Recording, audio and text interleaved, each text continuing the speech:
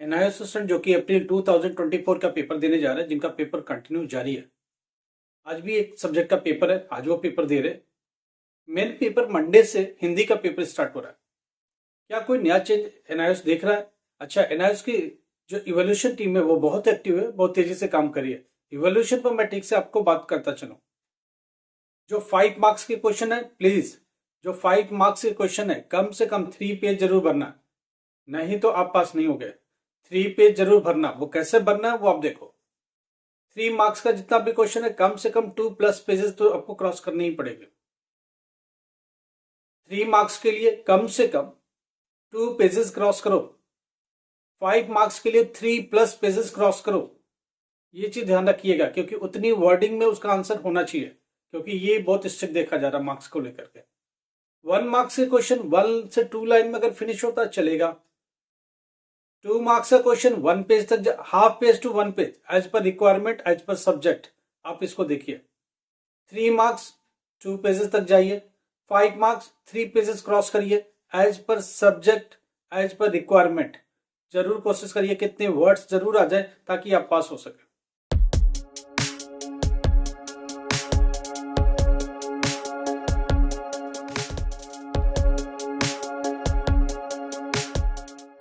नमस्कार, आदाब, Sat Shri Akal. Myself Ahmed sir, education @Ahmed sir.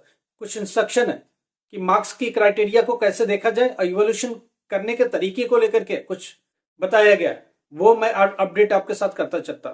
देखिए, इवोल्यूशन की टीम ने साफ साफ बोला, इवोल्यूशन की टीम को बताया गया है, उसको इन्फॉर्म किया गया है कि आप मार्क्स को देखने का नजरिया क्या रखोगे। ये नए अपडेट्स हैं जो आपस में बात की जा रही है। इवोल्यूशन टीम ने, इवोल्यूशन डायरेक्टर ने इवोल्यूशन टीम को हिदायत दी है। क्या दिया है? 1 मार्क्स का क्वेश्चन 1 लाइन में अगर फिनिश होता है, अप्रोप्रिएट आंसर है, चलेगा। 1 वर्ड वाला आंसर है तो 1 वर्ड में चलेगा। अगर ज्यादा से ज्यादा टू लाइन से ज्यादा नहीं, 2 लाइन भी लिखता है बच्चा, चलेगा। ध्यान रखिएगा। 2 मार्क्स का क्वेश्चन 1 पेज तक, 4 लाइन से लेकर के 1 पेज तक चलेगा। वो डिपेंड करता है सब्जेक्ट क्या है और रिक्वायरमेंट क्या है। 3 मार्क्स का क्वेश्चन 2nd पेज तक जाना ही चाहिए, एट एनी हाउ जाना चाहिए, नहीं तो आपके मार्क्स कट हो सकते हैं, 2 मार्क्स पर लाके खड़ा कर देगा। देखिए, कुछ लिमिटेड वर्ड्स होते हैं, कितने वर्ड्स तक तो जाना ही चाहिए। कुछ लिमिटेड वर्ड होते हैं, उतने वर्ड्स तक तो जाना चाहिए, वो उसकी लिमिट क्राइटेरिया है, उसको समझने की कोशिश करें।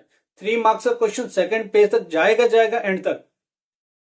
5 मार्क्स का क्वेश्चन कम से कम 3 पेजेस तक आप लेके जरूर जाना, क्योंकि ये इंस्ट्रक्शन दिया गया। क्योंकि मार्क्स हम दे रहे इतना, तो किस बेसिस पर दे रहे? क्या ये आंसर इतना अप्रोप्रिएट है? क्या ये इतना एक्सटेंसिव है? क्या इस लेवल का आंसर है? क्या उसका एक्सप्लेनेशन इतने टॉपिक के साथ, इतने हेडिंग के साथ यहां तक पहुंचा है? ये सारी बातें बोर्ड की तरफ से इन्फॉर्म की गई है इवोल्यूशन टीम को। देखिए, हिदायत बार बार आती रहती है, इंस्ट्रक्शंस उनको मिलते रहते हैं, रोज कुछ ना कुछ बातें होती हैं बोर्ड के अंदर, वो लोग उनको दे रहे हैं। क्योंकि अभी मेन सब्जेक्ट हुआ नहीं है।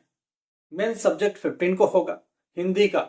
Big huge amount of student appear होंगे ऑल ओवर इंडिया से, इवन भी वर्ल्ड वाइड अपियर होंगे, तो बहुत सारी कॉपियां होंगी। तो उसके लिए खास तौर से इंस्ट्रक्शन है जिसमें भर भर के लिखना है। हिंदी में भर के लिखना है, इंग्लिश में भर के लिखना है, सोशल साइंस में भर के लिखना है।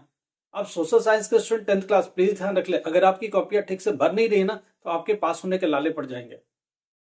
हमने देखा साइंस में उतने फेल नहीं होते जितने सोशल साइंस में फेल होते हैं। तो प्लीज ध्यान रखना, इंग्लिश में आराम से पास हो जाओगे, हिंदी में पास हो जाओगे, सोशल साइंस में पास होना टफ है। इसलिए क्यों नहीं, क्योंकि होता क्या, स्टूडेंट सोचता है 2 लाइन में लिख के आंसर भाग जाता हूँ 3 मार्क्स का क्वेश्चन। जी नहीं, बिल्कुल नहीं, आधे नंबर देके वो निकल लेगा टीचर। कम से कम ध्यान से फिर से वापस एक बार समझिए। 1 मार्क्स का क्वेश्चन 1 to 2 लाइन तक चलेगा। 2 मार्क्स का क्वेश्चन कम से कम 1 पेज को कवर करेगा। 3 मार्क्स का क्वेश्चन एटलीस्ट 2nd पेज पर ठीक से जाएगा।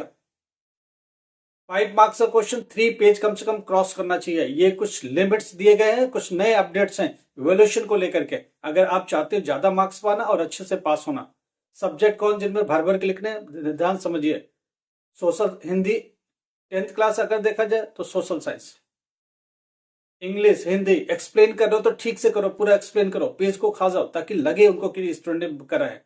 पहले जल्दी जल्दी ज्यादा क्वेश्चन अटेम्प्ट करो, जगह छोड़ के रखो, वापस आके उन्हें भर भर भर के भर दो। पूरी कॉपी भर जानी चाहिए, लगा कि हाँ स्टूडेंट ने बहुत काम किया है और अच्छा मार्क्स पाने के लायक है। 5 मार्क्स देते वक्त टीचर ये ना सोचे कि हमने 5 क्यों दिया। 3 मार्क्स देते वक्त ये ना सोचे कि 3 मार्क्स क्यों दिया। जनरली देखो एवरेज मार्किंग बोर्ड में हमेशा चलती है, 3 को 2 में कन्वर्ट करके टीचर भाग जाता है, 5 को 3 में कन्वर्ट करके भाग जाता है। जब उसको इतना भर की कॉपी मिलेगी तो वो मजबूर हो जाएगा, हर पेज पर भी 2-2 एक-एक नंबर भी टिकाएगा ना तो 3+ अपने आप चला जाएगा, उसको मजबूर होकर 4 देना पड़ेगा। इसलिए अगर मार्क्स चाहते हो और अच्छे से पास होना चाहते हो तो ये करो, राइट। एक स्टूडेंट का क्वेश्चन है 10th क्लास में सोशल साइंस में कितने मार्क्स चाहिए पास होने के लिए। बेटा 10th क्लास में ध्यान समझिएगा, सोशल साइंस में कोई प्रैक्टिकल नहीं है तो क्या होगा, 20 मार्क्स का आपका टीएमए हो गया और टीएमए इंक्लूड नहीं होता पासिंग में, तो बच्चे कितने 80 मार्क्स। 80 मार्क्स में 33% कितना बनता है 27 मार्क्स चाहिए आपके थियरी में और कम से कम 6 मार्क्स चाहिए टीएमए में, तब जाके 33 बोर्ड पोस्ट कर देगा, टोटल करते वक्त 33 दे देगा। ये ध्यान रखिएगा क्योंकि 33 अल्टीमेटली 100 में से ही देखा जाएगा।